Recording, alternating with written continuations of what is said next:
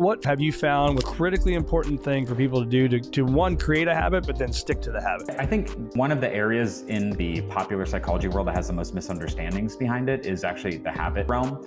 Habits are important, but I think they're overrated in the sense of almost everything that people want to do in terms of a habit is, let me just rewind a little bit. So a lot of people say, hey, I want to create an exercise habit, or I want to start a new diet and start habitually eating differently. Most of these things are not actually possible from a habit point of view, from a scientific perspective. When we study habits in the academic world, habits are very tiny, subconscious or unconscious behaviors that occur within a predictable environment. So for example, when you wake up in the morning and your arm just shoots over to the side of your bed without you thinking about it and you grab your phone to look at the time, that's a habit.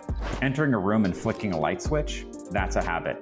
Once you get much more complex than that, the habit mechanism isn't really working anymore. You're really dealing with conscious, willful, deliberate behavior.